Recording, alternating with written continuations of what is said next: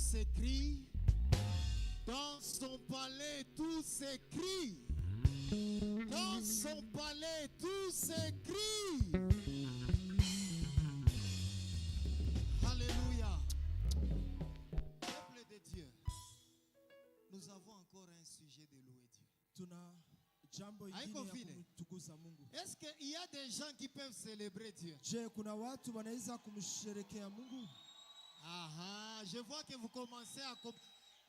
Tout qu'on a donné à Mungu, est-ce qu'on peut célébrer de Dieu? pousser des cris de joie? Alléluia. Nous bénissons le Seigneur pour ce jour, pour tout ce qu'il est en train de faire. Et depuis hier, nous sommes vraiment honorés de voir papa et maman au milieu de nous.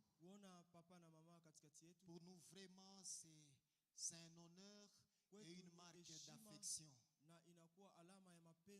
Et hier, nous étions abondamment bénis. L'opprobre des familles. Tout qu'on a vu au Bandoukou. Nous en avons vraiment les famille, si papa, on parle merci de votre beaucoup. famille, on voit la chose là. Et nous croyons que Dieu, hier après culte, tout le monde n'avait que la torche en train de voir dans sa propre famille. Et nous croyons que comme vous l'avez promis, Dieu va le faire. Cette semaine ne se finira pas sans que l'opprobre qui est sur nos familles soit ôté. Je vais demander à ceux qui sont assis de se mettre debout. Vous savez, honorer la parole de Dieu, c'est honorer Dieu. Et c'est la parole qui change, c'est la parole qui bénit. Peut-être tu es malade, mais je te demande de te lever parce que nous voulons accueillir l'homme de Dieu ainsi que la parole de Dieu. Avec tout le respect, aidez-moi à célébrer et à accueillir papa. Pendant qu'il s'avance, nous acclamons le Seigneur des Seigneurs.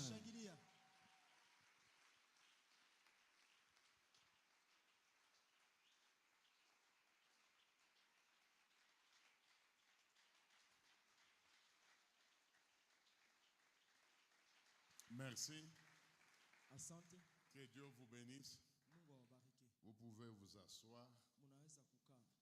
Et nous pensons qu'avec la grâce de Dieu, nous allons continuer notre enseignement commencé depuis hier. Amen.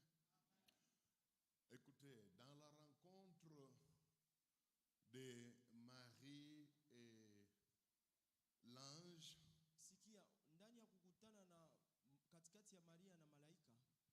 Dieu avait décidé d'envoyer l'ombre du Tout-Puissant sur Marie.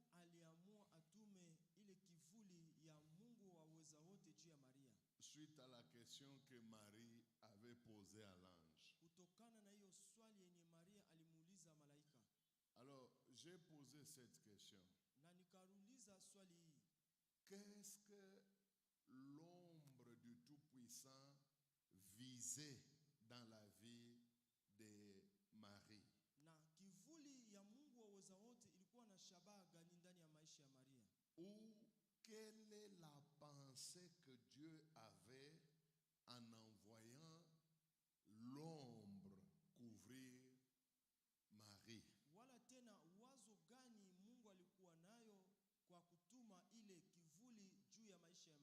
Sur quoi est-ce que les pensées de Dieu portaient dans la vie de Marie quand il a décidé d'envoyer son ombre sur elle?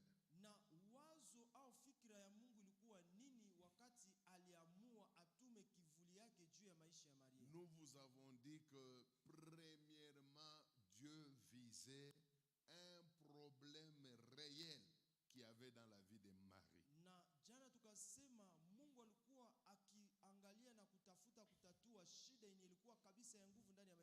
C'est vrai, il y a plusieurs raisons Mais je suis en train de vous énumérer ce que moi j'ai découvert et qui est caché dans la plupart des temps quand nous lisons cette histoire-là.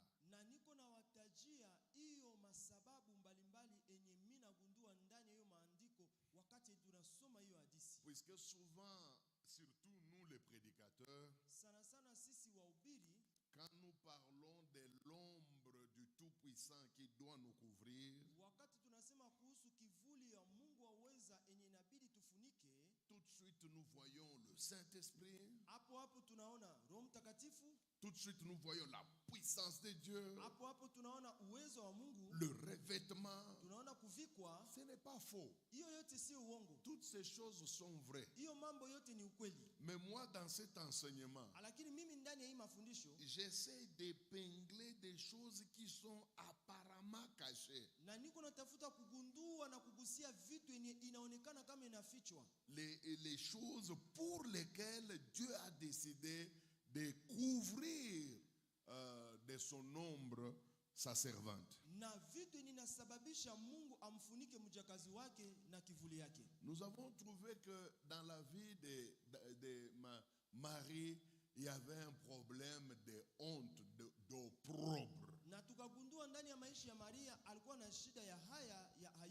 Et puis elle n'est pas la seule à avoir joui de cette couverture de l'ombre du Tout-Puissant.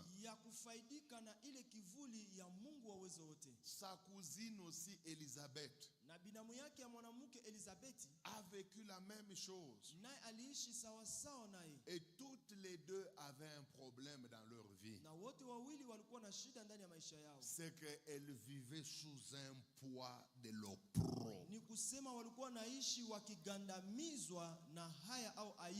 Marie elle-même le dit de sa bouche.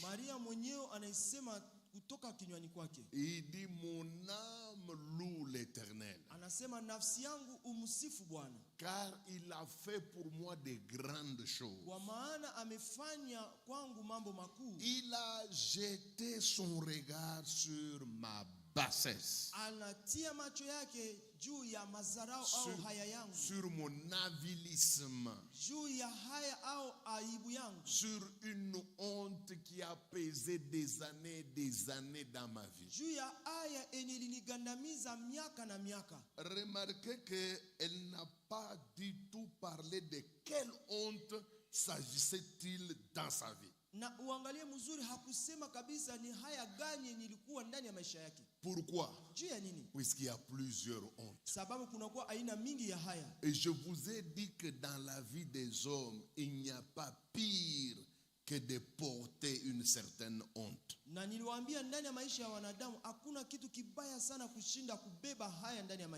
Toutes les hontes n'ont pas la même teneur.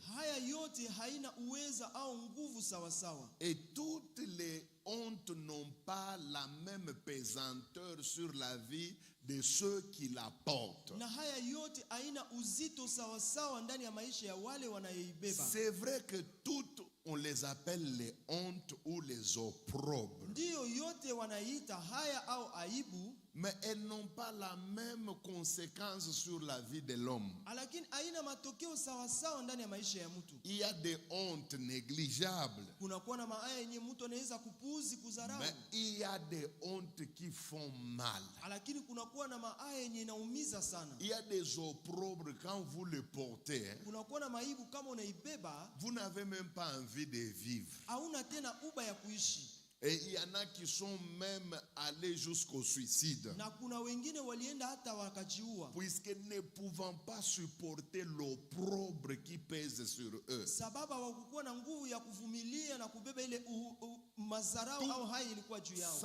que tous les problèmes des humains ont des remèdes? Tous les problèmes des humains ont des remèdes, sauf la honte.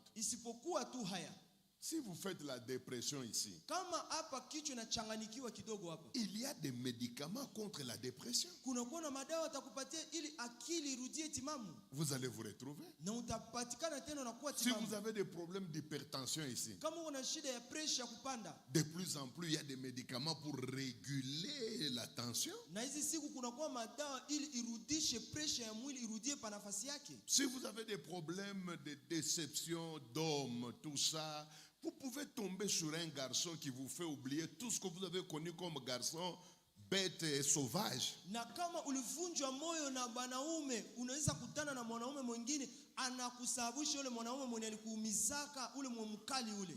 Mais l'opprobre, Lakini aibu, montrez-moi dans quel hôpital vous Munionyeshe pouvez aller, on vous prescrit un médicament contre l'opprobre. munionyeshe kituo gani au hospital gani wenye watatupatia dawa ya kutunza ile aibu. C'est la seule affaire Inakuwa jambo moja tu dans la vie de l'homme qui n'a pas de solution. ndani ya maisha ya mwanadamu, haina dawa. Tellement que les opprobres nous agacent. Na vile aibu inatutesa, Tellement les opprobres nous humilient. vile aibu inatupatia mazarau. Il y en a pour oublier, ils sombrent dans l'alcool. Kuna kwa wengine juu waweze kuisahau wanaingia ndani ya mapombe ya kulevya. Quand vous lui dites pourquoi tu bois, il dit na melakango na tina na longola souci. Anasema juu ya nini unakunywa pombe hivi? Anasema naikunywa kwa sababu ili nipoteze Mais le masusi na problème mawazo. c'est que pour un temps quand tu bois, tu es dépassé, tu es noyé dans l'alcool, tu oublies un peu ta honte. Mais le lendemain, quand l'ivresse part, ça reprend. Shida inakuwa pale ni wakati tu kidogo, wakati unakunywa unazama ndani ya bulevi, unasahau kidogo, lakini kesho yake kama bulevi inaisha unarudia tena mshida. C'est pourquoi Dieu a pris la décision de commencer à traiter nos opprobres, nos hontes, puisqu'il sait qu'en dehors de lui, personne ne peut enlever ça. Na ndio maana Mungu alikamata uamuzi ya kuanza kutatua shida ya aibu na haya, sababu anajua nje yake hakuna mwingine anaweza kuitatua. Depuis que toi tu es né, tu as déjà vu une campagne d'évangélisation avec comme titre Enlever la honte. Même les prédicateurs eux-mêmes savent que c'est difficile. La honte, c'est une affaire de Dieu. Banasema mkutano ya mahubiri watasema kutatua mahaya. Namba mahubiri wenyewe wanajua ile ni jambo tu ya Mungu mwenyewe. Alors j'ai répertorié pour vous. Na sasa nilifanya orodha kwa ajili yenu 10 sortes de hontes très dangereuses. ya aina 10 ya mahaya ya hatari sana. 10 sortes d'opprobres. Aina 10 ya aibu Très massacreurs. yenye inaua sana. Capables de ruiner la vie de l'homme jusqu'à la moelle épinière. Inaweza ya kubomoa maisha ya mtu mpaka ndani ya maji au ndani ya mafuta ya mifupa. Premier type d'opprobre que nous avons vu. Na aina ya kwanza ya ile aibu yenye tulijifunza, C'est la honte de naissance. inakuwa aibu ya kizalikio. Nous l'appelons honte de naissance, pourquoi? Kwa nini tunaita aibu ya kizalikio? Puisque c'est une honte qui existe avant même que nous venions dans le monde. Elle existe dans notre famille par laquelle nous venons. Na hiyo aibu inakuwa ndani ya majamaa zetu kabla hata mbele sisi tuzaliwe, na inakuwa mjamaa yenye sisi tunazaliwa ndani. C'est une honte que nous rencontrons déjà. Elle existe même avant que nous venions. Na hiyo haya iko tayari mbele hata sisi tuweze kuya ndani ya ile jamaa. Elle a comme origine la famille. Inakuwa na sababu yake jamaa. La famille qui nous reçoit là Ile jamaa inatupokea a déjà une honte qui pèse sur elle. inakuwa tayari na haya moja inakuwa juu yake. Et par conséquent, tous les arrivants Na ndio sababu kila mtu mwenye atafika mwa ile jamaa sont obligés d'être ramassés par la même honte. wanaitwa wale watu wote wabebe ile haya. Ça ne dépend pas de ce que tu as fait ou de ce que tu as dit ou de ce que tu es. Non, le fait que vous venez de cette famille et que cette famille a une certaine honte, un opprobre qui pèse sur elle, tu seras automatiquement attaché à cette honte-là. Na hiyo haya haitokani na bien ulisema au bien ulifanya, hapana, inatokana tu na vile ulizaliwa mwa ile jamaa na ulikuta ile aibu ndani ya jamaa, itakubeba itakuvala. Gédéon a souffert de cette honte. Na Gideoni aliteseka sana na hiyo aibu. Ça l'a tellement marqué, tellement façonné. Pour finir, il a été même incapable d'accepter l'appel de Dieu, la commission que Dieu lui a donnée. Tout simplement dans son mental, dans ses émotions, il a été dérangé, détruit par la pauvreté de la famille. Na hiyo haya ilimwarbisha Gideon sana na kamgeuza akakuwa mtu mwingine na akakuwa na vigumu ya kuitika wito na kazi yenye Mungu alimpatia, sababu ilimsumbua na hiyo maskini ilimutesa na kumfanya kuwa mtu mwingine. Nous allons voir une deuxième aujourd'hui. Na leo tutajifunza aina ya pili. Plus méchante aussi cette honte. Nayo inakuwa mkali sana hii haya. Car elle fait des dégâts inimaginables. Sababu inafanya mabomoko moja ya ajabu sana. Mes amis, vous ne savez pas la commission que l'ange avait donnée à Marie, ce qu'elle pouvait lui créer comme honte. Na bandugu hamujue kazi enye malaika alimpatia Maria ili inaweza kumuletea hata haya moja ya ajabu. Quand vous lisez dans Matthieu chapitre 1, kama unasoma Mathayo sura yake ya kwanza, versets 18 à 20,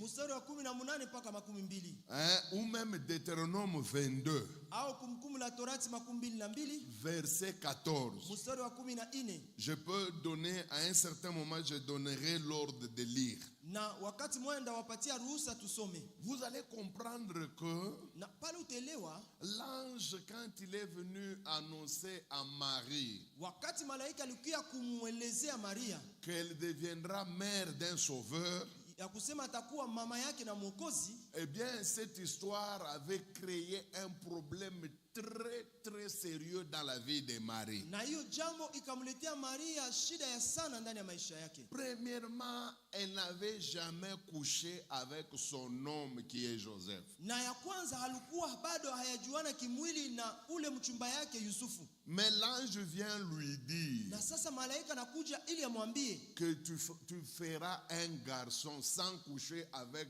Joseph. Ya kusema utazaa mtoto mvulana bila kujuana kimwili wewe na Yusufu. Peut-être vous n'avez jamais pensé à ce que ça pouvait créer comme honte, comme opprobre, comme humiliation dans la vie de Marie. Saa zingine amuyawazaka ile kitu namna gani ingemletiaka haya aibu ndani ya maisha yake yeye Maria. Premièrement en Israël. Ya kwanza ndani ya Israeli, il faut être marié vierge. Inabidi mwanamke aolewe iko bikira. Ici on ne parle pas de Goma. Hapa tuseme bya Goma. Nous ne sommes pas à Lubumbashi ici. Na tuko Lubumbashi hapa. À Goma c'est une autre affaire. Là c'est croisez-vous les uns les autres. Ule mukutane pamoja na kubengine. Massacrez-vous jusqu'à ce que vous allez saigner. Ça c'est Goma. Ici nous sommes dans la Bible de Dieu. À l'époque d'Israël, où toutes les filles étaient réputées vierges jusqu'au mariage.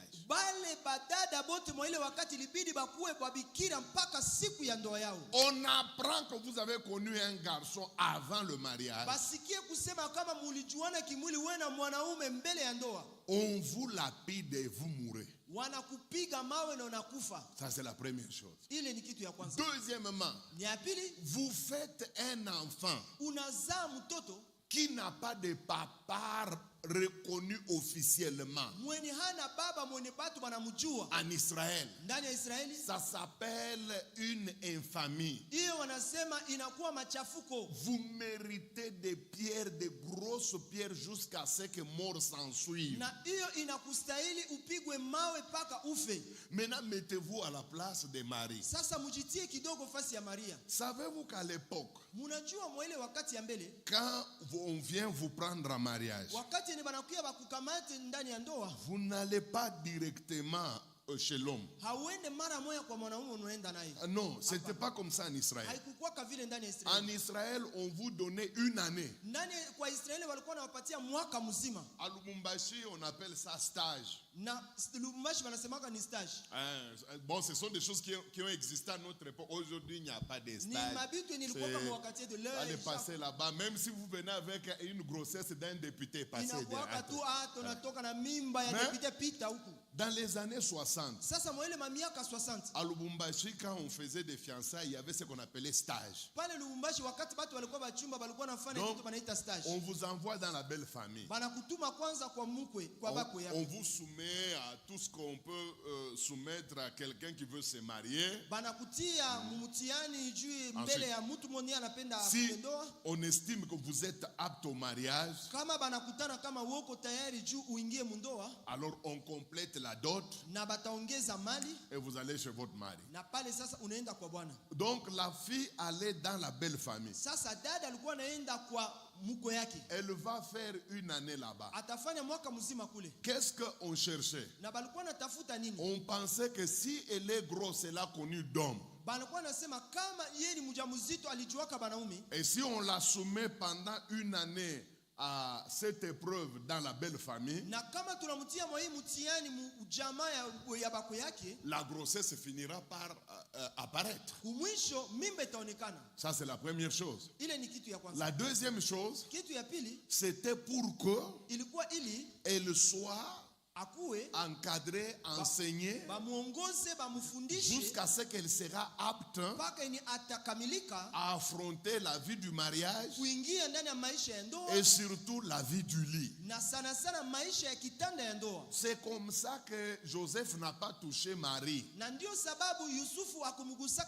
puisqu'elle était dans cette épreuve-là. Mais imaginez-vous, vous êtes chez la belle famille, vous tombez grosse et votre mari ne connaît rien. Dès qu'une telle chose arrive, regardez le genre de honte qui va tomber sur vous. Matthieu 1, 18 à 20. Pour des raisons de documentation, vous pouvez ajouter Deutéronome 22, verset 14. S'il a le temps, il peut combiner tous les deux.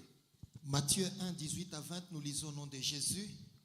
Voici de quelle manière arriva la naissance de Jésus-Christ. Quand on dit de quelle manière, donc ça étonne même. Hein? De quelle manière arriva la... C'était bizarre. Et ça va créer des choses aussi bizarres parmi les humains. Allons-y. Marie, sa mère, ayant été fiancée à Joseph, qu'est-ce qui lui est arrivé? Se trouva enceinte. Ah, quelle abomination. Par la vertu du Saint-Esprit. Heureusement. Avant qu'ils eussent habité ensemble.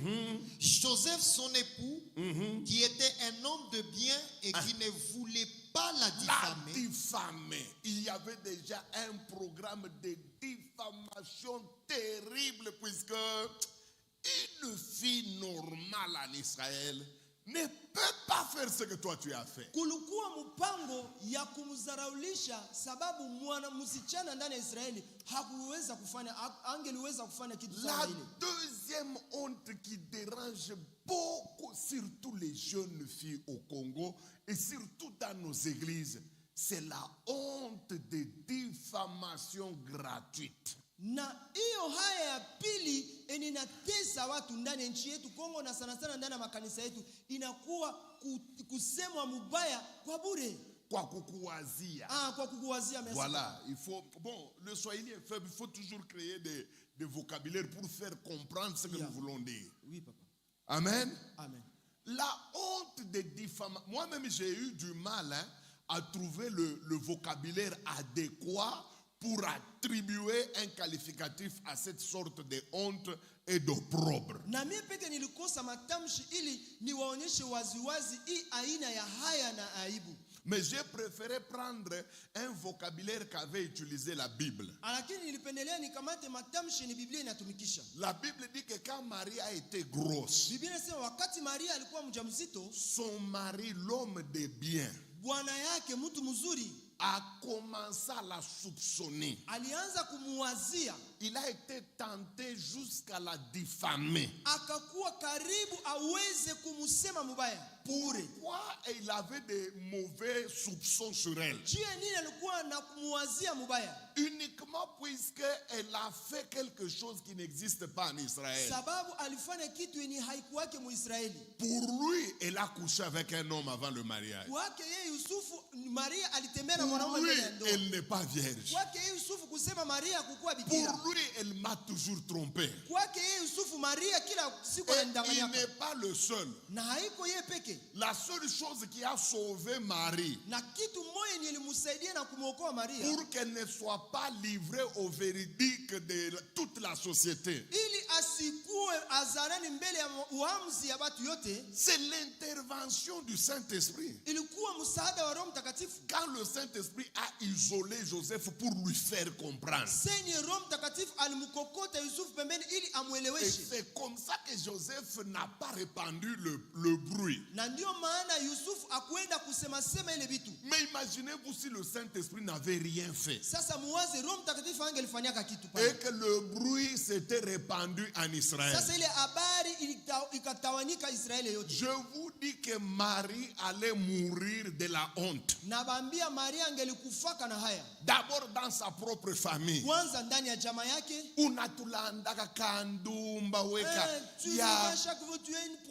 Marie, il fallait quand même nous dire quelle honte pour la famille. Même parmi ses amis avec lesquels elle a grandi. Il y en a qui pouvaient lui dire, mais Marie, tu t'es beaucoup glorifié ici au Banagno. Tu t'es vanté ici, voilà, tu es une prostituée. Une honte de diffamation, c'est quelle honte? C'est une honte pour laquelle tu n'as rien fait. Rien fait. Mais pour laquelle tout le monde est d'accord que tu as fait. Tout le monde croit dur comme fer que tu es un malheureux, tu es un sataniste, tu es un diabolique, unatembeaka kubukwe. Na unajiuliza siku gani mimi nisha kutembeaka megoma mujima iko sura se aka mamaka keko hivi keko babwana. Wewe mwenyewe unajiua bia sema je suis né vierge. Bwana yangu wa kwanza kunigusa pamoja ni wewe ndugu naye. Mena mkanisa mwa kwa bantu wanakuwaziaka tubundumba. Unaambia frère moi sio utawa unitengenezea cuisinière ça kale kamera Michel kwenda mimi. Tu ne comprends pas une diffamation pour mais ile bakino anasema elatio. Ile yenye bakino anasema inakuvala kusema bana kusemea bongo enye haina sababu na haina kitu yenye itaweza kuitetea.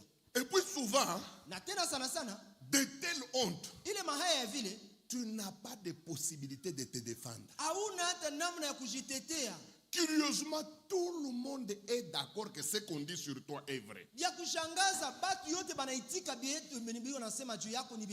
Tu te demandes, mais pourquoi? Même ton mari qui avait confiance en toi, à un certain moment, il commence à te réveiller la nuit. Sylvie, est-ce que ce que j'entends là, c'est vrai? Tu lui dis Laurent, tu me connais non? C'est toi qui m'a défloré. Il dit, ça, oui, ça je sais. Mais ce qu'on dit à propos de Monisco là. Le Monisco là où il y a Pitaka. Là, tu n'as jamais mis tes pieds là-bas. Et puis ce qui va te faire mal, c'est lui qui a commencé ce premier bruit là. Que tu as été à la Monisco. Ton petit frère. C'est comme ça avec les hontes de diffamation. Souvent, quand tu examines ta vie, tu n'auras aucune explication à ce que les gens disent sur toi. Le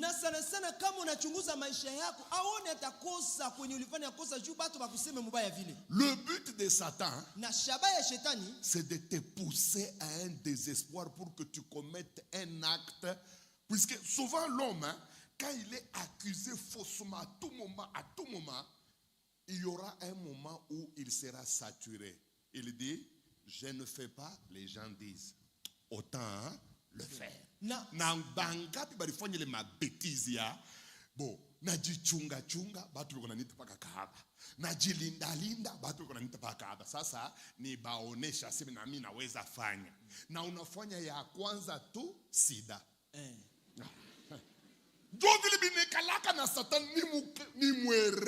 c'est ça ce que fait le diable. Il est très malin. Vous n'avez aucune idée de honte, de diffamation. Moi j'ai perdu un grand homme de Dieu. Plus âgé que moi et même sur le plan spirituel, c'était, je peux le considérer comme un père.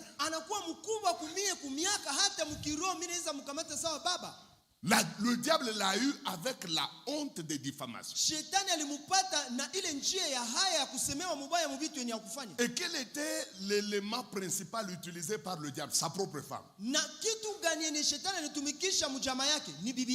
Imaginez-vous, il peut venir, il revient de l'église, il arrive à la maison et quand son mari lui pose la question, est-ce qu'il y a quelqu'un qui est venu me chercher ici?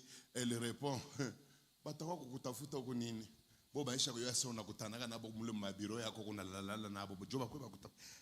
le mari était toujours blessé.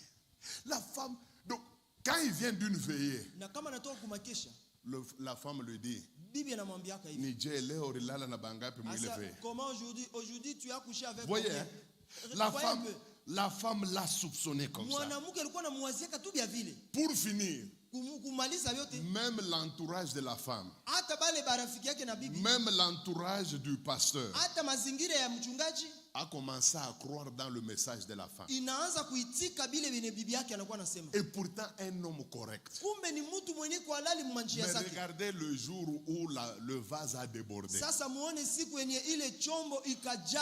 Après plus de 20 ans, je ne sais pas, 30 ans de servir Dieu avec fidélité.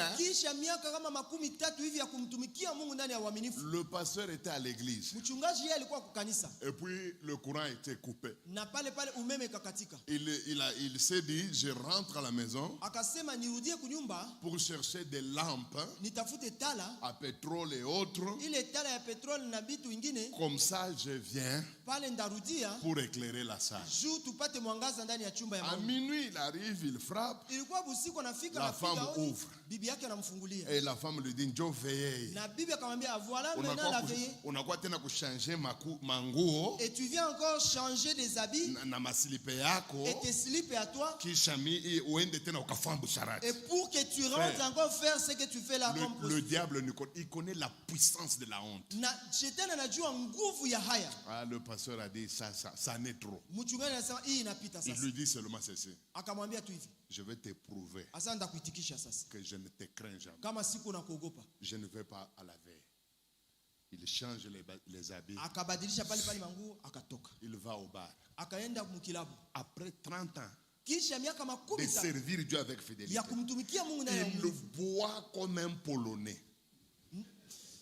C'est une expression. Et le matin, il prend des prostituées. Et dans les prostituées là, il a été contaminé. Au moment où je parle avec toi, il est sous la terre. Le mariage a été disloqué. 2 de ses enfants sont devenus des shege. Il souffre. Tout ça à cause de quoi? Une honte de diffamation. Vous n'avez jamais vu quelqu'un qui arrive pour la première fois dans une parcelle, bien habillé, il entre, mais il y a quelqu'un qui dit, Ouyo, écosystème, mwingishe masani, mwingishe mani. Ça, c'est sur base de quoi?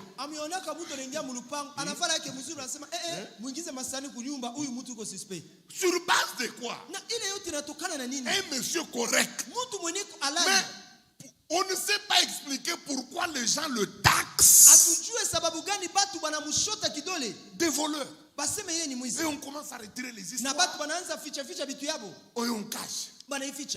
Même vous-même, ça vous gêne. Vous dites, mais pourquoi les gens me prennent pour un voleur et pourtant je ne le suis pas? Sur toi là, il y a une certaine honte, un opprobre que tu ne vois pas avec les yeux. L'opprobre de diffamation. Les gens t'imputent des choses qui ne sont pas vraies. Mais ils nous croient dans ça. Il y a des filles ici. Totalement vierge. Comme Marie. Mais quand elle essaie de parler même dans le groupe des jeunes, elle dit, on a ça chez Abatuayo, voilà nous autres ici qui n'ont jamais connu les hommes. Arrête. Ça, ce sont des pourquoi les gens ne croient pas? Et pourtant, personne ne t'a jamais vu avec un garçon. Tu n'as jamais été dans un bar. Et c'est vrai. Mais jamais les gens ne croient. On t'impute des choses inimaginables. Parfois, c'est ton propre père. Dans une conversation comme ça, vous êtes en train de causer. Bon, papa, tu sais, nous te remercions de nous avoir donné une bonne éducation. Puisque nous, jusqu'à 7 ans, moi, je ne connais pas d'homme. Baba, propre. Nathalie. Arrête. Nathalie, tu sombres pas, moi. Nathalie, arrête. On cause autre chose. Arrête ça. Tu ne comprends pas. Papa. Ce sont des types de honte qui font souffrir sérieusement. Tu vas rater des engagements à cause de ça. Tu viens avec tes documents pour demander le travail. Le premier chef a dit et le premier chef a accepté que tu vas commencer demain. Tu reviens, tu es bien habillé là. Et c'est la femme qui dit au chef, oui. Celle-ci. Papa, que tu engages celle-ci. Non, elles vont tous nous dévorer ici. Et pourtant, tu n'as jamais connu un seul homme. Et directement, il fait entrer le doute dans la tête du chef. Et du coup, tu entends le chef changer de langage. C'est vrai. Non. Je t'avais demandé de passer aujourd'hui, mais mon adjoint vient de me dire que pendant mon absence, il aurait déjà engagé quelqu'un. Et pourtant, on refuse seulement de te prendre à cause des soupçons. Kama ni kintu kanibali kuvuikaka depuis kwenu kikuna kuonesha paka saa ukaba ata munaiwaka seku bantu wene ataye ku mariage ata konenda na batoto yake konenda nabo mu park. Tu as des enfants que tu accompagnes au parc d'enfants. Et les gens savent qu'ils ont envie de te suivre et de te draguer. Pas ici, toi. Toi-même, tu ne comprends pas pourquoi me drague même. Tu es revêtu d'une certaine honte où les gens te soupçonnent de tout.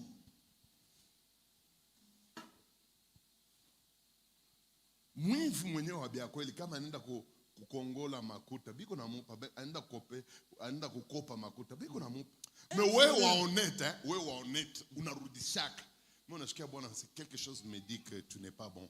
Un voleur, il va emprunter de l'argent, on le lui donne. Mais toi qui es honnête, lorsque tu vas demander, on dit non, je ne sens pas que je dois te donner de l'argent. 2. Yapili. 3. Yatatu. L'opprobre de l'Égypte. Aibu ya Misri. Ça c'est un peu caché, hein? L'opprobre de l'Égypte. Aibu ya Misri. Il y a beaucoup de gens qui souffrent de l'opprobre de l'Égypte. Josué 5, 4 à 9. 4 à 9, qu'on nous lise. Voici la raison pour laquelle Josué les circoncis.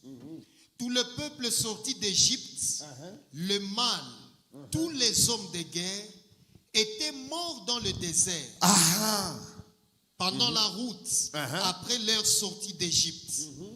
Tout ce peuple sorti d'Égypte était circoncis. Tous ce peuple qui sont sortis de l'Égypte étaient comment? Circoncis. Et puis? Mais tout le peuple né dans dans le désert. Mais tous les peuples nés dans le désert étaient comment? Incirconcis. Et puis? Car les enfants d'Israël avaient marché 40 ans dans le désert. Les enfants d'Israël ont marché comment? 40 ans. Dans le désert, jusqu'à la destruction de toute la nation des hommes de guerre qui étaient sortis d'Égypte. Et puis? Verset 9. C'est verset 9. Je m'excuse, verset 9. Josué 5, verset 9.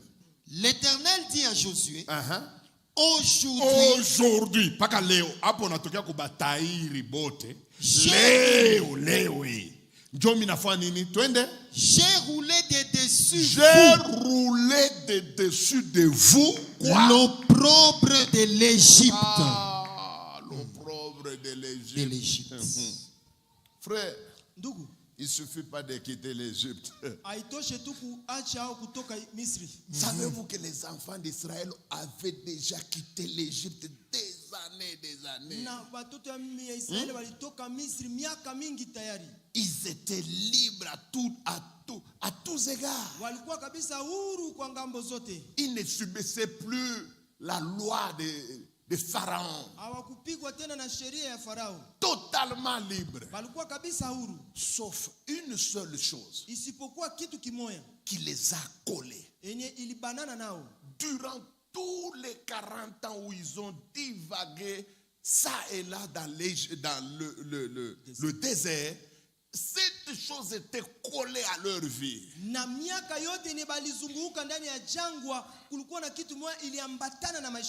Dieu pensait que Moïse pouvait discerner. Non, Moïse est même mort. Josué a pris le peuple. Le Seigneur pensait toujours que Josué pouvait comprendre qu'il y a quelque chose qui ne va pas. Rien. À la veille de l'entrée, Dieu a dit, moi-même je vais résoudre ce problème.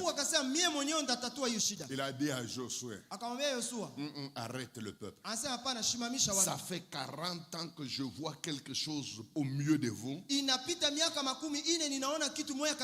que ni toi, ni Moïse ton père, encore moins le peuple n'avait pas encore découvert. Alors je veux régler cette affaire. Prends le couteau, mets le peuple, circoncis tous les mâles, et vous allez rester là-bas jusqu'à la guérison. Josué a commencé à circoncire les enfants. Quand il a terminé, ils ont organisé la Pâque. Et Dieu lui a dit, c'est aujourd'hui que je viens de rouler de dessus l'opprobre de l'Égypte. Il existe une honte, un opprobre de l'Égypte. L'opprobre de l'Égypte, c'est une honte qui a été causée dans notre vie lorsque nous étions dans l'Égypte, lorsqu'on ne connaissait pas Christ, lorsqu'on ne connaissait pas Dieu, lorsqu'on vivait à la vaille que vaille, lorsque nous étions les enfants des ténèbres en Égypte, alors que Jésus-Christ n'était pas dans notre vie. Il y a des choses que nous avons faites. Lesquelles choses nous ont jeté une certaine honte. Malheureusement, même après notre départ de l'Égypte, la chose continue à nous poursuivre. Écoutez, Israël avait déjà quitté l'Égypte il y a 40 ans. 40 ans qu'il n'était plus en Égypte. Mais en pensée, En esprit, Israël n'a jamais quitté l'Égypte. D'ailleurs, vous n'avez qu'à voir leur langage. Pour un petit rien. Oh, nous nous souvenons des concombres et des pots de viande autour desquels nous étions assis. Ils ajoutent même la bêtise qui ne nous coûtait rien. Et pourtant ça leur coûtait le fouet, les chaînes. Mais ils étaient tellement emportés par la vie de l'Égypte qu'ils ne l'avaient jamais oublié. Quelles sont les choses que tu as faites en Égypte et qui ont déposé une certaine honte sur toi jusqu'aujourd'hui? Nous, on avait un homme de Dieu qui est devenu plus tard un ancien. Vous savez, nous sommes des modérateurs quand nous sommes devant comme ça. Il nous arrive de voir ce que les autres ne voient pas. Puisque étant devant, nous avons une vue panoramique de toute la salle. Cet ancien a fait longtemps dans notre église. Mais souvent, il est en train de se gratter. Souvent, quand les gens sont dans la prière, il est en train de se gratter dans ses parties intimes. Il souffrait. Et à tout moment, il allait à la toilette.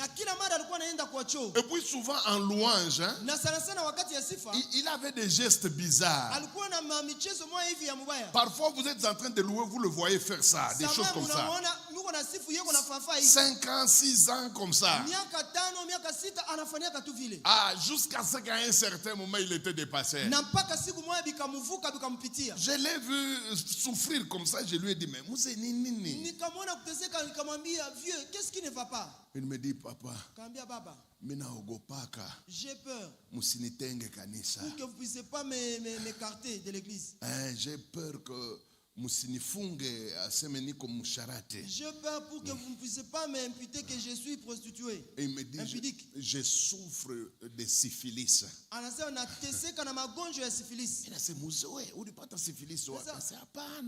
un vieux, où est-ce que tu as trouvé cette maladie? Il dit, lorsque j'étais encore païen, et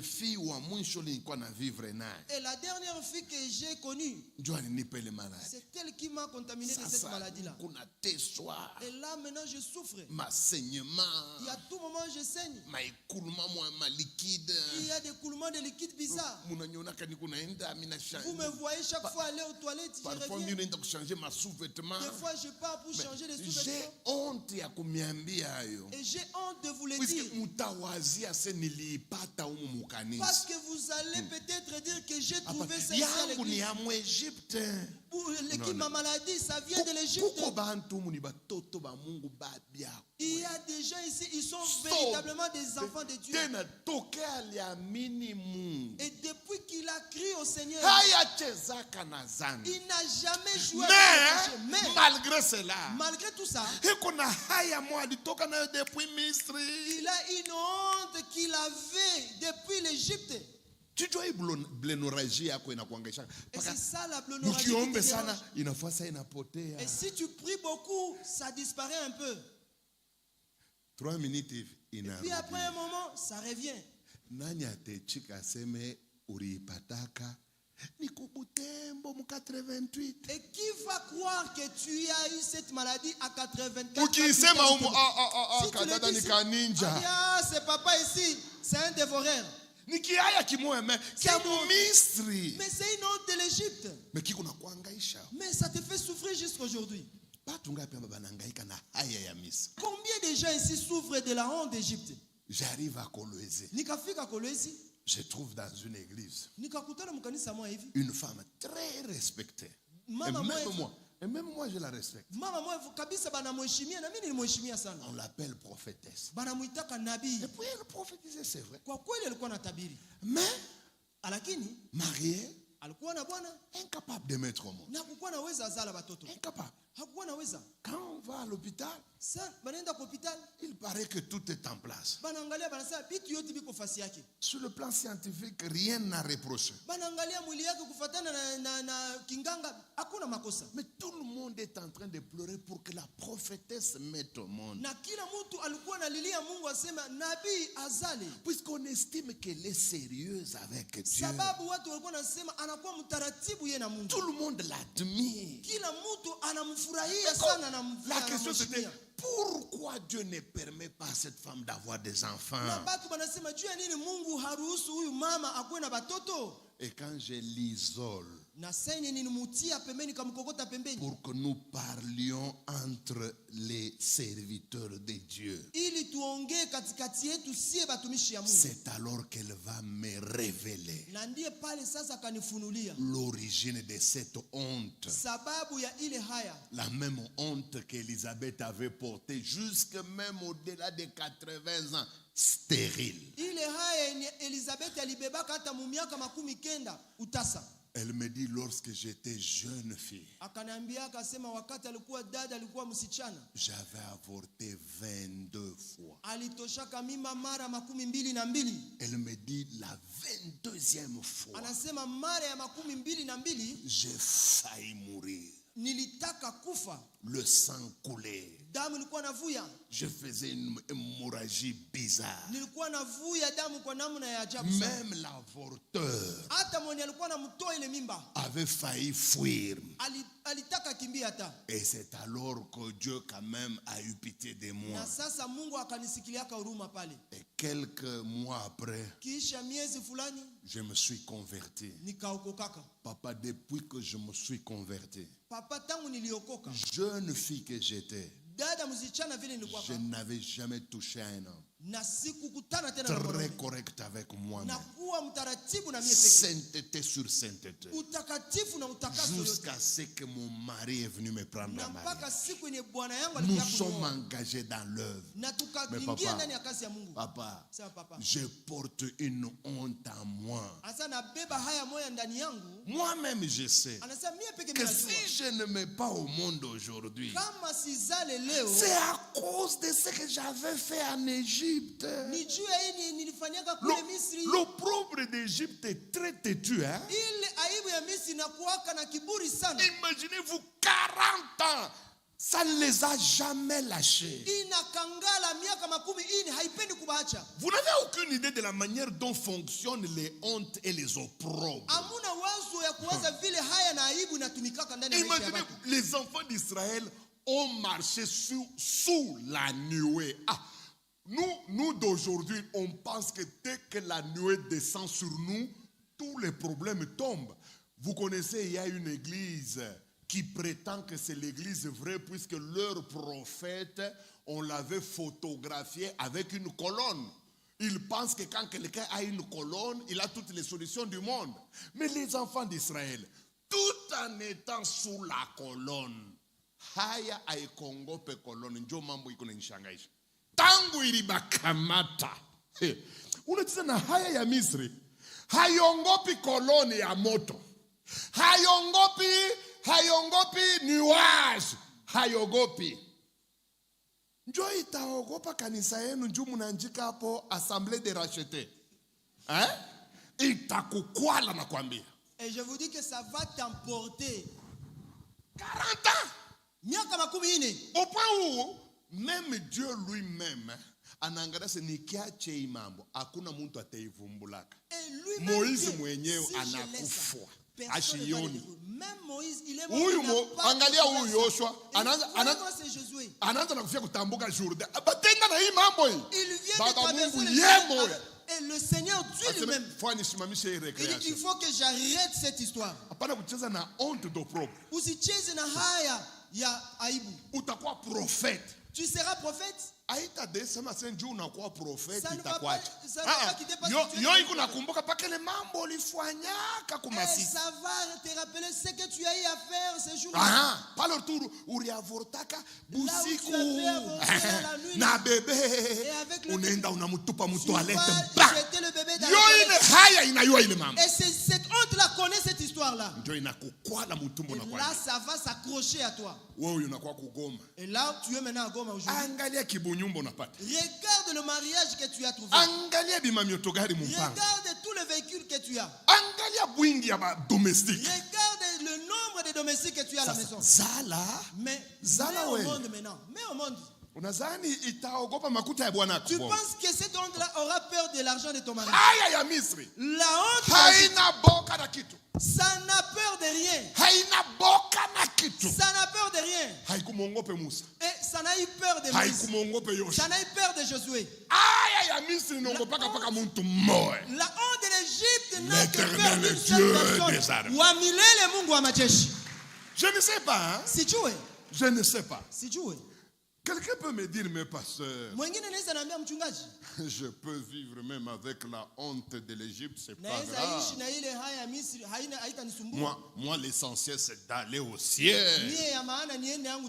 Même si je ne mets pas au monde, c'est pas grave. Vous êtes dans l'erreur. Pourquoi vous êtes dans l'erreur? D'abord, demandez-vous pourquoi Dieu lui-même a décidé, malgré l'ignorance d'Israël. Israël ne se rendait même pas compte qu'au milieu de lui, il y a une honte terrible. Mais Dieu a décidé de résoudre cela. Est-ce qu'il est fou? Non.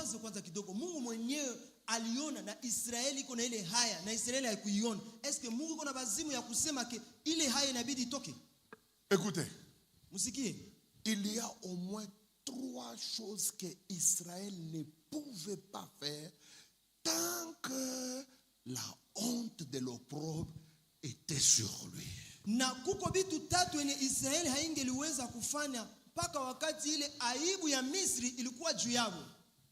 Écoutez les choses que Israël ne pouvait jamais faire. Tant que la honte de l'opprobre n'a pas encore quitté ta vie. Homme de Dieu, ne le néglige pas. La honte de l'Égypte. Inaweza ikakudestabilize mu ministère. Kuna bantu leo hata anahubiri injili ya biako. Il prêche la vérité. Na moto. Et avec feu. Mais à cause ya haya moya ya Misri comme maisha yake. À cause d'une honte de l'Égypte qui est dans sa vie. Niliona mwenzangu mwa mtu wa Mungu wa kweli sana. J'ai vu mon ami, un homme de Dieu véritable. Je pense qu'il me dépasse même. Comme je le regarde. Un homme de Dieu pointu. Un jour, il était en train de prêcher. La puissance de la foi. La puissance de la foi. Il nous prêchait, nous. Et les autres pasteurs. Il nous prêchait vraiment une prédication forte. Et moi, ça m'a édifié. Et j'ai pleuré, j'ai cherché la face de Dieu là où j'étais. Et j'ai entendu une personne là au fond en train de lui dire: la foi, la foi, la foi. C'est ma imani. Il dit: en gros, ta femme, nous allons te croire. Pourquoi? Parce qu'avant que sa femme puisse se marier, elle a connu la vie. Et puis on l'a enlevé une trompe. Vous savez, une femme, elle a 2 trompes. Il y a une trompe qu'on appelle une trompe active. Na ingine inakuwaka passive. Et toutes les grossesses passent par la trompe active. Et si on enlève la trompe active, et tu restes avec cette difficulté-là d'avoir la trompe passive. Et passive aussi, comme même si la semence elle ne va pas recevoir la semence. Elle est vraiment passive. Et maintenant les gens commencent à les juger. À partir ou à cause de la honte de l'Égypte. Heureusement, c'est vraiment un homme de foi. Et aujourd'hui, il a beaucoup d'enfants. Mais au début, et les gens les jugeaient. Oh, la foi. Mettez au monde vous voyez, quand vous avez une honte de l'opprobre, elle dérange. Inasumbua sana. Je reviens Narudia à ce que je disais. nasema. Il y a des choses qu'Israël ne pouvait pas faire. Kuko bitu ni Israeli haingeliweza fanya. Écoutez, la première chose. Ona, ya kwanza kitu ya kwanza. Tant que l'opprobre de l'Égypte était sur eux, mpaka wakati ile aibu ya Misri ilikuwa juu yao, Israël ne pouvait pas arrêter leur vagabondage, son vagabondage. Israeli haingelimaliza ile kutangatanga yabo kuhangaika mjango. Ils ont fait 40 ans. Banaume bakilo. Miaka 40 biko na tangatanga. 40 ans. Miaka 40. Kutangatanga tu. Na biko na tangatanga aere. Tant que haya ya Misri kwa maisha yao. Et tant que la honte de l'Égypte était sur leur vie. Sherti wa tanke. Et c'était vraiment Na kutangatanga kunakuwa kuisha siku gani? et leur errance. Le jour où Dieu a retiré l'opprobre. Et l'errance devrait prendre fin le jour où Mungu anatosha ile aibu. Lui-même a proclamé cette nouvelle ère. Écoutez ce qu'il a dit. Na Mungu mwenyewe akasema ile wakati mpya yenye ilianzishwa.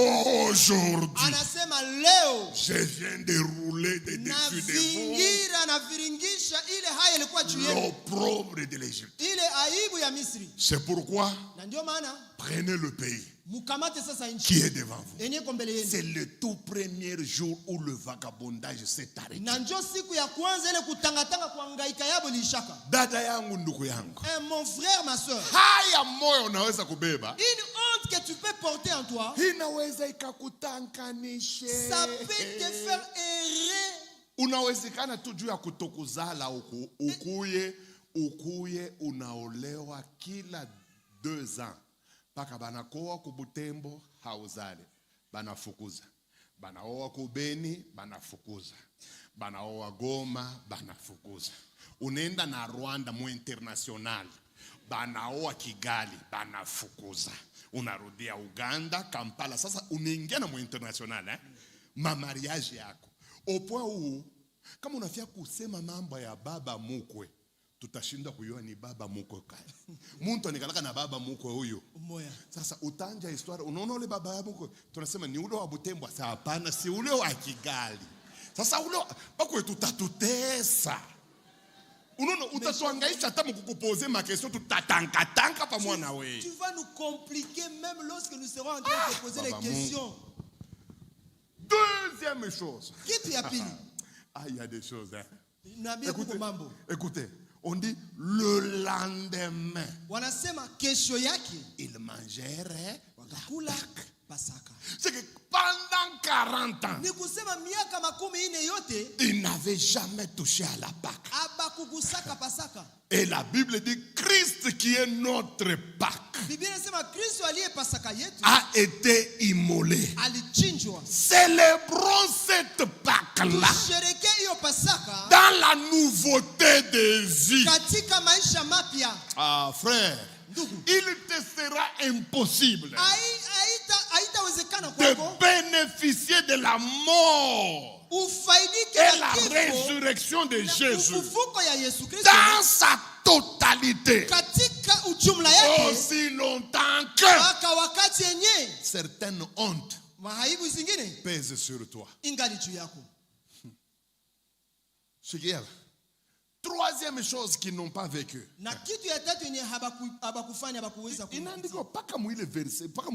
Ça s'ouvre dans ce même chapitre-là.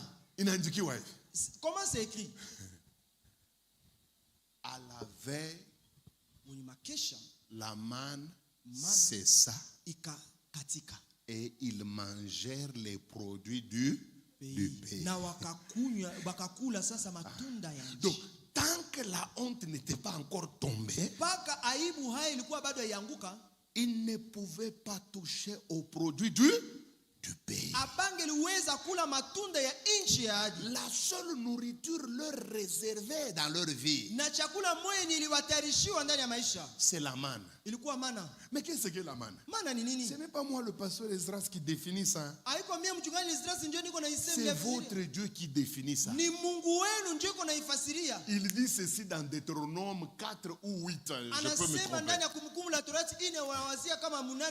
Écoutez ce que Dieu dit.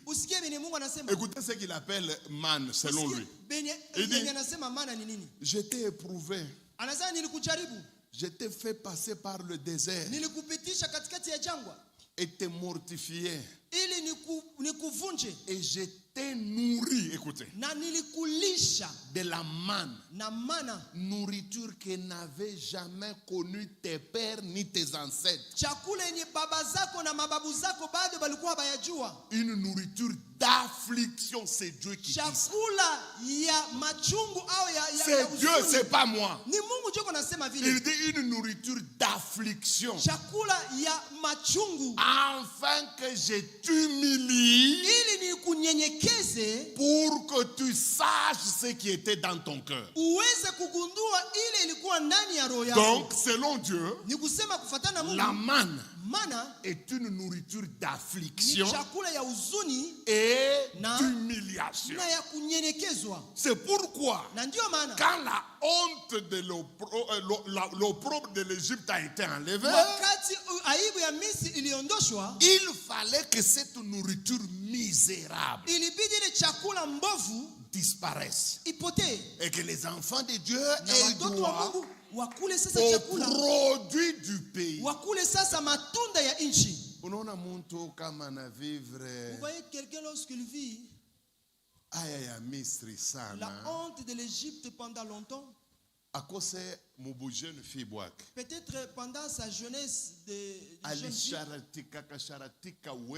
elle a connu beaucoup d'hommes. Toute sa réputation à Goma, elle est détruite.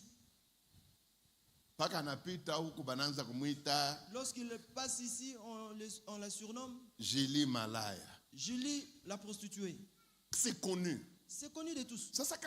Et maintenant, lorsque cette fille-là ou cette femme-là, elle croit en Jésus, et vous aurez même pitié d'elle. Une d'elles est venue me dire, Papa, lorsque vous partez au voyage, est-ce que vous ne pouvez pas trouver même un papa qui est divorcé? Comme ça, on a connecté. Et vous me connectez avec lui. Je l'ai regardé. Elle ajoute encore, dit papa. Ou soit un papa veuf. Même s'il a des enfants. Tu vas commencer à...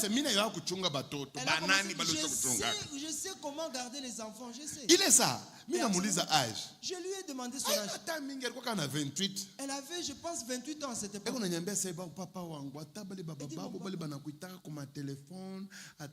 papas qui vous appellent, même celui qui a 60 ans. Moi, je vais rester avec lui. Je lui dis, c'est un langage. Désespoir, il y a de la honte de l'Égypte. Je dis, vous savez qui est divorcé? C'est quelqu'un qui ne se soucie de rien. Quelqu'un s'il a divorcé une fois, la dernière fois, il ne va pas se soucier. Dites-nous, nous autres ici, nous sommes encore dans le mariage. Moi, si maman Emilie, elle se fait, j'ai quand même peur, je dis que non, qu'elle ne me quitte pas. Pourquoi elle doit me laisser? Et maintenant, un divorcé. Il dit, va-t'en. D'ailleurs, je vais prendre une métisse. Une métisse là d'Ouvira, je vais la mettre. Elle a dit quoi? Elle te chasse. Il n'a même pas peur. J'ai dit, on va prier. Tu vas te marier. Il dit, moi là. Il dit, oui, toi. Il dit, moi là, on peut me marier. Mais frère, la honte de l'Égypte, ça fait souffrir. Il faut manger les produits du pays. Alléluia. Il est ça si tout n'a comme mal. Et lorsque nous grandissions,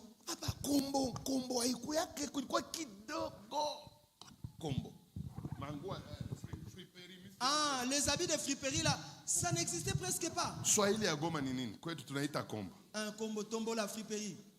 Friperie Donc aina na Swahili huko. Vieti Zamani vieti kwa haya.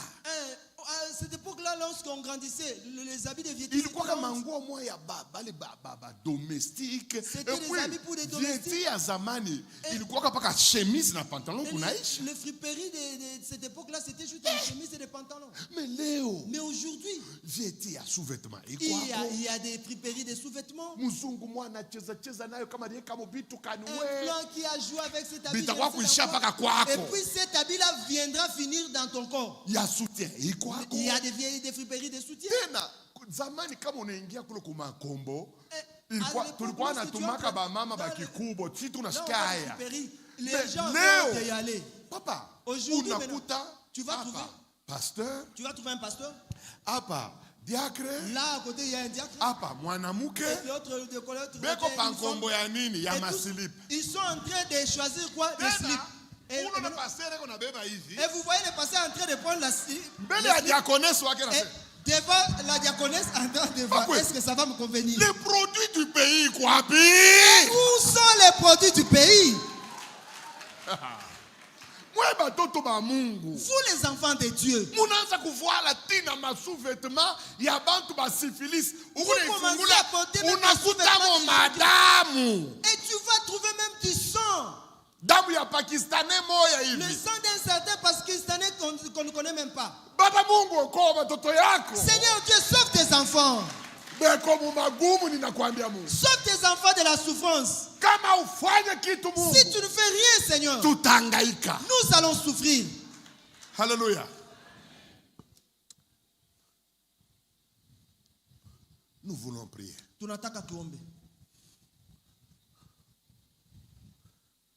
Frère, je n'ai pas fini avec l'histoire là de Colosie. J'ai dit à la personne, et comme tu viens de te confesser, Jésus, il va enlever cette opprobre. Vraiment, je peux mettre mon nom. Oui, tu vas mettre mon nom. Écoutez, elle commence à me relater des histoires. Tellement appuyé pour moi, je n'ai pas de nom.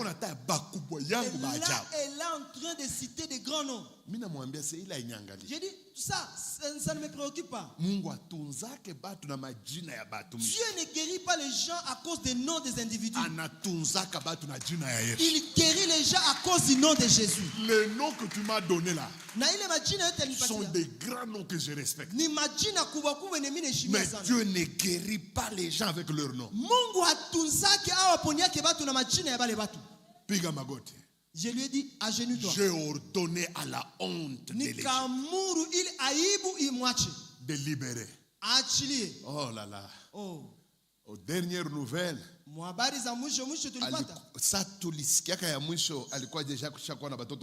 et lorsqu'on a eu ces nouvelles, elle avait déjà 6 enfants. Alléluia. Magharibi à l'air. Ce soir, nous voulons attaquer ces deux sortes de honte. La honte de diffamation. Bubaya boa honte de diffamation. Et le mauvais côté de cette honte de diffamation, tu ne sais pas découvrir quelle est la cause. Pourquoi les gens t'imputent des choses qui sont fausses? Et tu ne sauras pas comment les résoudre. C'est pourquoi j'ai préparé un chapitre. Je ne sais pas si c'est demain ou après-demain. Je mettrai un chapitre pour vous expliquer comment briser le cycle de la honte.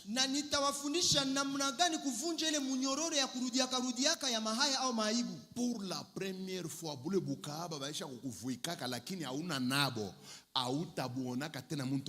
et pour la première fois, tu ne verras plus jamais la honte là qu'on t'a revêtu de ça. Je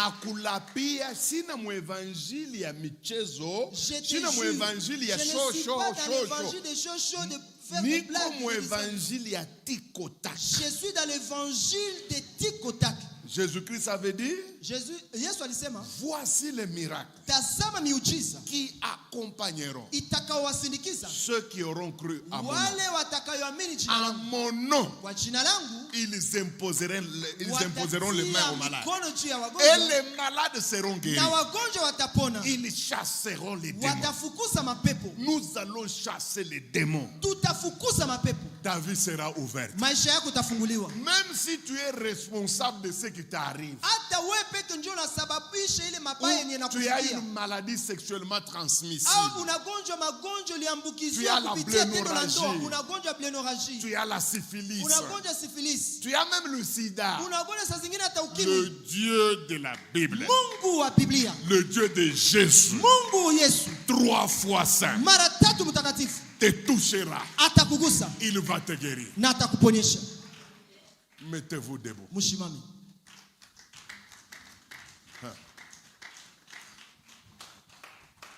Essayez de prier. Mettez-vous debout. C'est moi qui étais debout, vous étiez assis. Mais pourquoi je vous demande de vous tenir debout? Vous me donnez l'impression comme si vous êtes fatigué. Écoutez, tu vas commencer à prier avec moi. Tu vas répéter d'abord avec moi. Ensuite, je te laisserai prier seul. Seigneur Jésus. Ah, vous ne faites pas très fort. Il faut le faire avec toute force. Seigneur Jésus. Je crois en toi. Je viens de me rendre compte.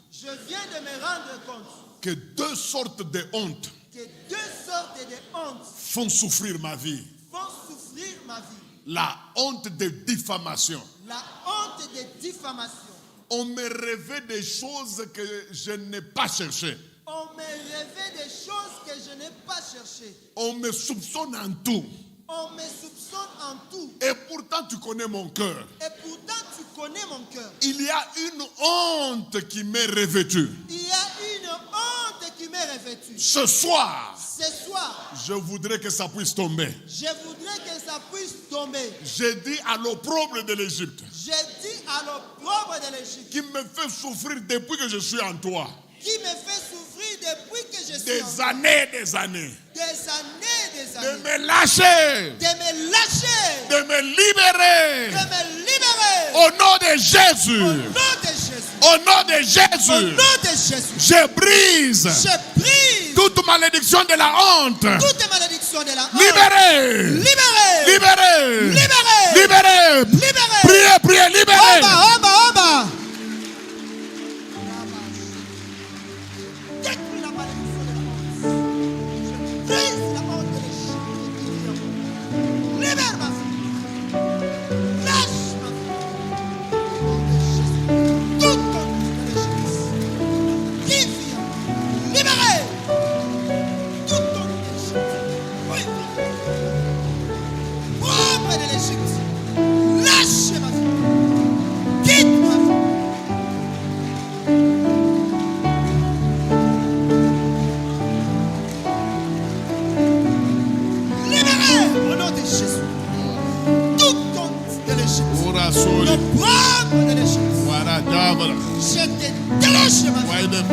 Je te chasse de ma vie. Lâche-moi au nom de Jésus. Lâche ma vie au nom de Jésus. Lâche-moi encore au nom de Jésus. Quelle que soit la manière dont tu es en moi, je te donne de lâcher ma vie. Sors. Sors. Quitte mon corps. Quitte ma vie. Why the fourth and fire? Divasuri. Dovasas. Shokabata suni gavara de fourth. Donc on ne pas de conipato de le pauvre de l'Égypte. Le pauvre qui me fait souffrir. Le pauvre qui me met par terre. Sors et lâche ma vie. Libère-moi. Libère ma vie. Libère ma vie. Libère ma vie. Libère ma vie. La diffamation. Libère ma vie. La diffamation. Libère ma vie. La diffamation. Libère ma vie. L'opprobre de diffamation. Lâche ma vie. Lâche ma vie. Au nom de Jésus.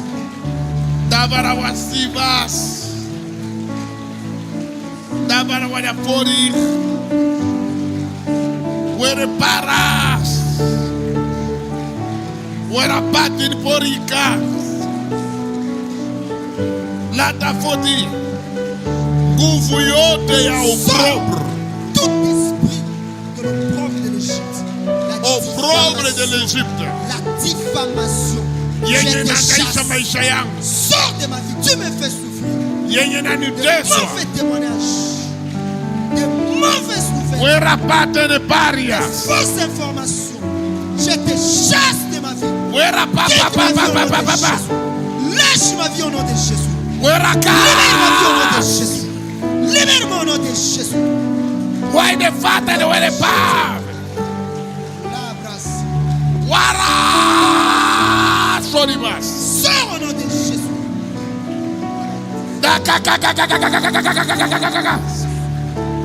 Yeah, choice. Where the pattern for the pirapas. Where the father and where the party.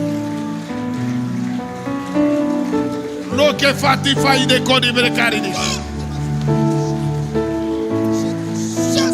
Lo si di bene. Wede vede codi. Ade vede shuri vede shubrenga.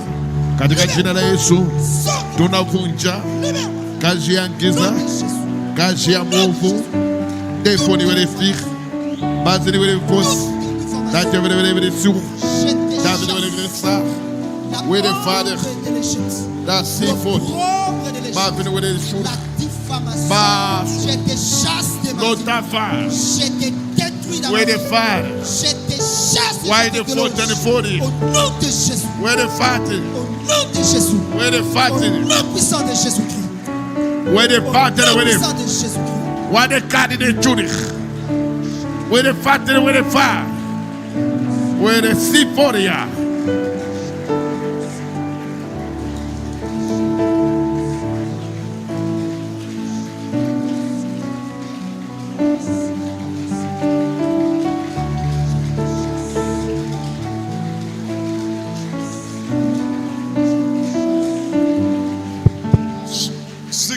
Sikia. Écoutez. Étant toujours debout, je veux qu'on ferme les yeux.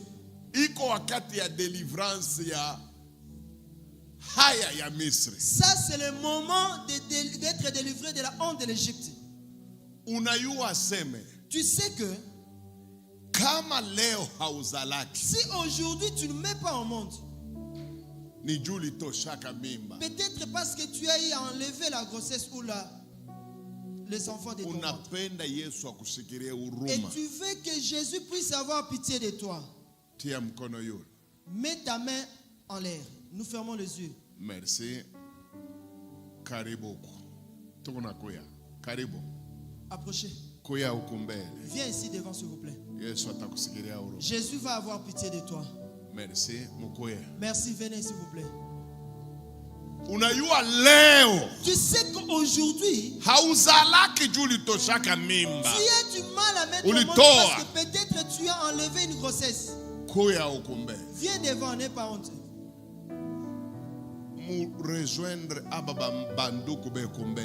Rejoins les bien-aimés ou les soeurs qui sont ici devant. Tu sais que lorsque tu fus païen, tu t'es prostitué trop. Il y a blénorragie. Tu as connu des maladies. À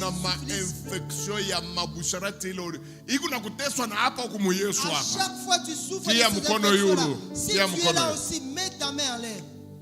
Tu veux être guéri de ces maladies-là, mets ta main en l'air. Peut-être c'est les doutes qui te font souffrir. Mets ta main en l'air que Dieu va t'aider aussi. Merci, karibu. Merci. Viens aussi, venez aussi. Asante. Leo Mungu napona leo. Aujourd'hui vous serez guéris. Akutakuyaka tena.